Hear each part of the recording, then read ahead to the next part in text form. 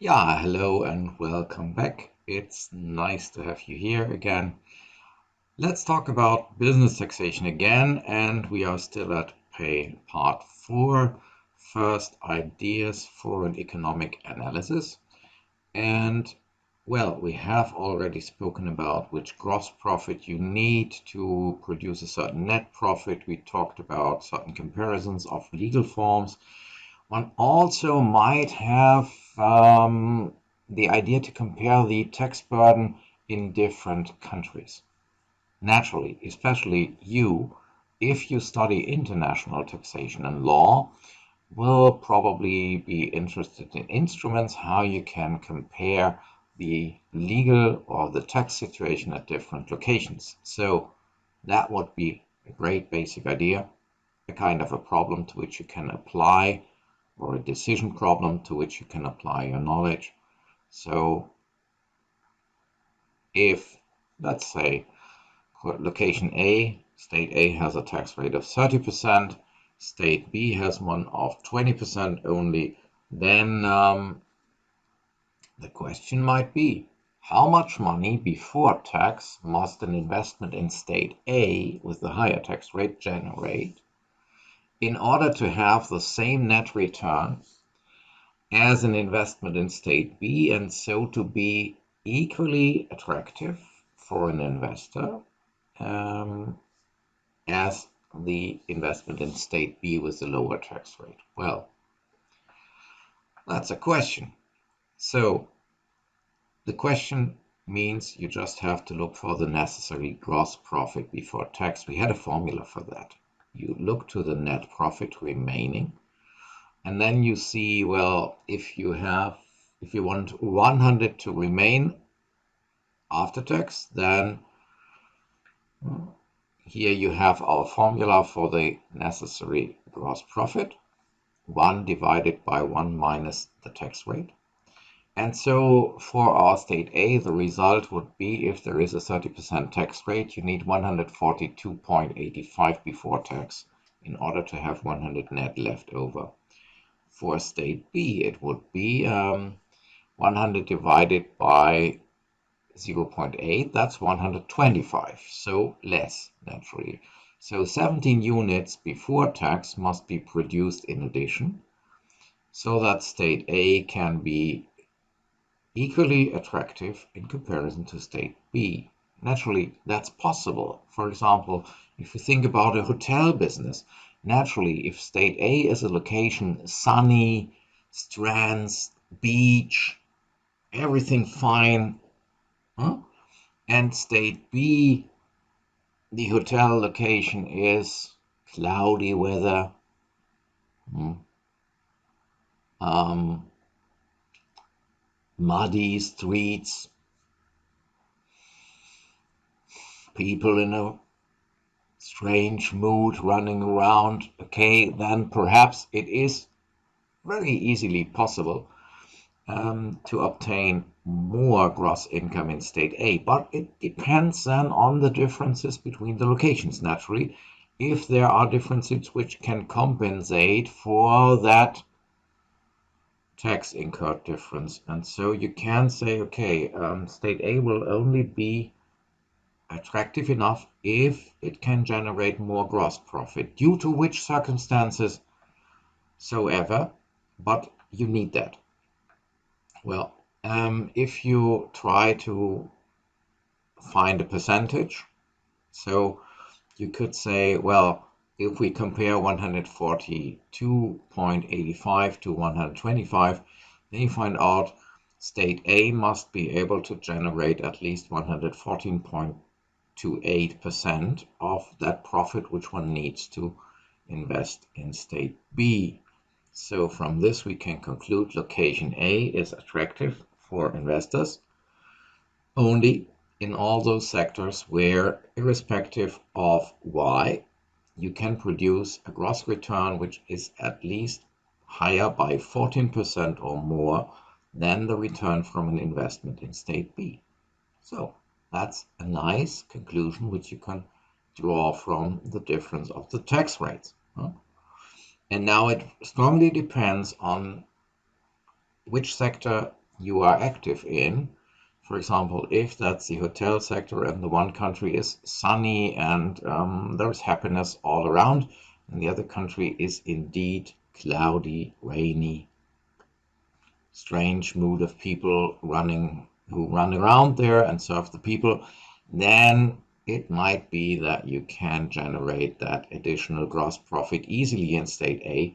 If it's just the other way around, for example, state B is sunny, people are happy, politely, they serve others, everything's fine there, then the hotel business in state A will have a hard season probably, and they will have little chances to compete with the investments in state B. So it depends. You could even think about more concrete questions in a cross-border contents. You could, or context, sorry. You could, for example, ask yourself, there are two methods to avoid double taxation. How the state of residence, so where an investor lives, can react to the fact that you also have to pay taxes in the country where the money comes from, in the source country. I sincerely hope that you are already familiar with these two methods. There's first the exemption method. That means, okay, your state where you live says, in our country, we exempt that money from tax which you earn in that certain other state. So we don't levy any additional tax anymore because you already paid abroad. But you can also apply the credit method as an alternative measure. And the credit method means you always have to pay at least our tax level here at home.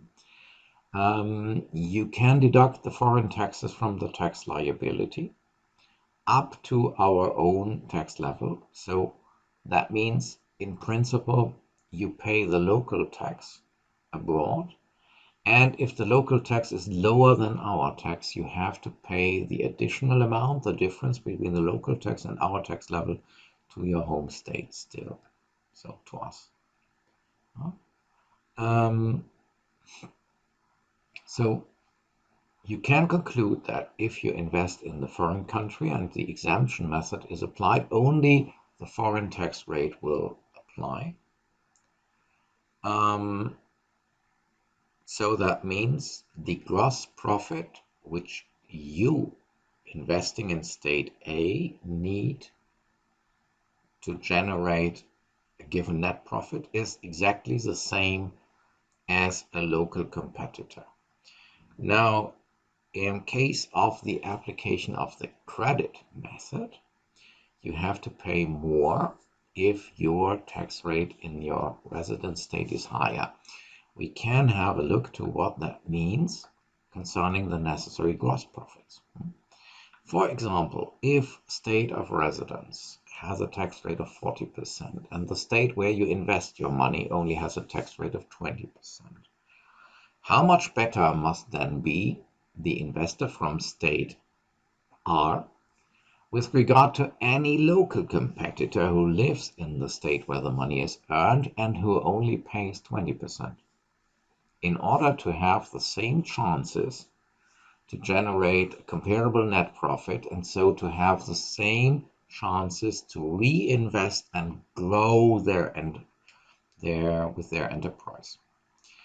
In our example, that means if you need 100 for reinvestment, so as a net profit, the investor living in the country where the investment is made needs 100 divided by 1 minus local tax rate. So if the local tax rate, as we assumed, is 20%, 100 divided by 1 minus 0.2. So in the end, 125. Now, if the investor comes from a state where the credit method is applied, and if that state has a tax rate of 40%, then, well, our investor only has a net profit of 60%. So the necessary gross profit to achieve 100 net amount, which you can reinvest, would be, according to the formula which you see here, 166.67. So what does that mean? Let's compare. If you look to the relation or the ratio between these two necessary gross amounts, you find out an investor which comes from a foreign state of residence applying the credit method here needs to produce a gross income in the source state which is 133%, so 1/3 more in these conditions than a local investor if that investor from state R wants to have the same chances in the long run, the same growth, the same net amounts, and so.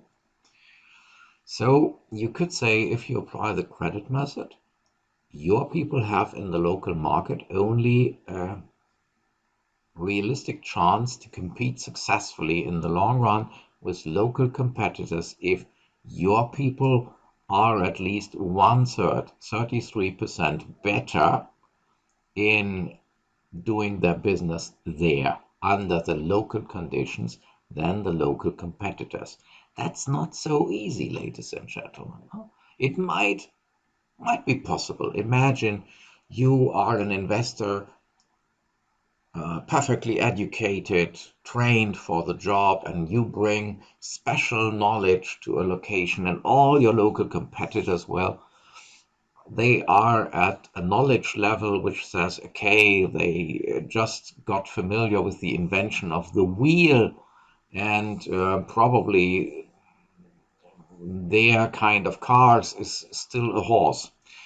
That might be possible, but on the other hand, if you don't have such technological and knowledge advantage over your local competitors, which you can make use of, then it might be difficult to compete under the credit method. You could again try to express that a bit in a mathematical way, so to draw some abstract conclusions, not to focus only on the concrete data in the example.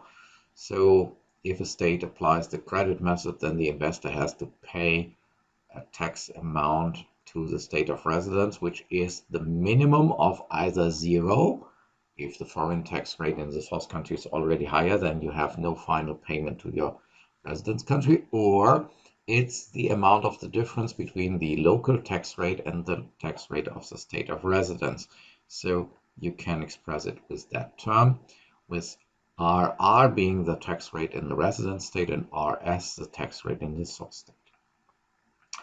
Now, the tax burden for the local investors only the tax rate in the residence state.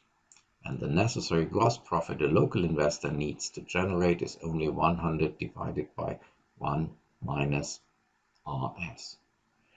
The investor from the state of residence, so from a foreign state which applies the credit method, is RS plus the minimum of the difference of the tax rates, or 0. So if such an investor wants to generate a net profit of 100, you need a gross profit of 100 divided by 1 minus local tax rate in the source country, minus additionally the minimum of either 0 or the difference of the two tax rates.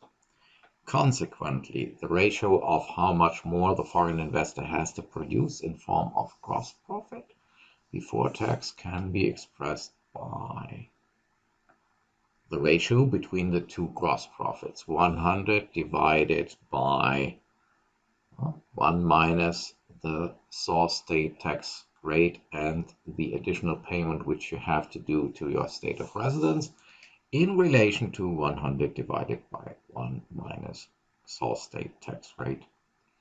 Now that can be transformed into this naturally,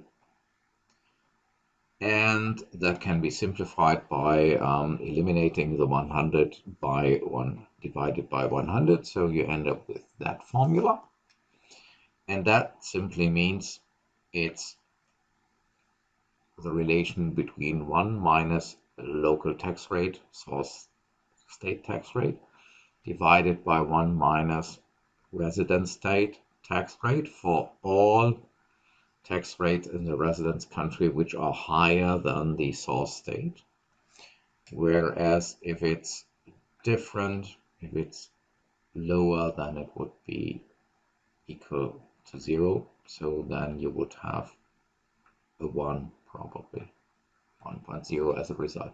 So in a concrete example again, where credit method applies and the state of residence applies 25% and the source state applies 20%, then the conclusion would be that an investor from this state of residence needs to produce a gross amount in the source state, which is at least 6.66% higher than a local competitor. Okay, that might be possible. If the difference of the rates is higher, 30% and 20%, we end up with an outcome of 14.28%. And if the state of source lowers the tax to 15% and the state of residence doesn't react and keeps 30%, then that brings along the necessity to produce at least 21.4% more than a local competitor in order to end up with a comparable net profit. From this we can draw some conclusions. Probably applying the credit method only really makes fun and can work if first, your own tax rate in the state of residence is lower than the rate in the foreign states. But then you could renounce on the credit method and replace it by the exemption method, because then the credit method has no real fiscal effect for you.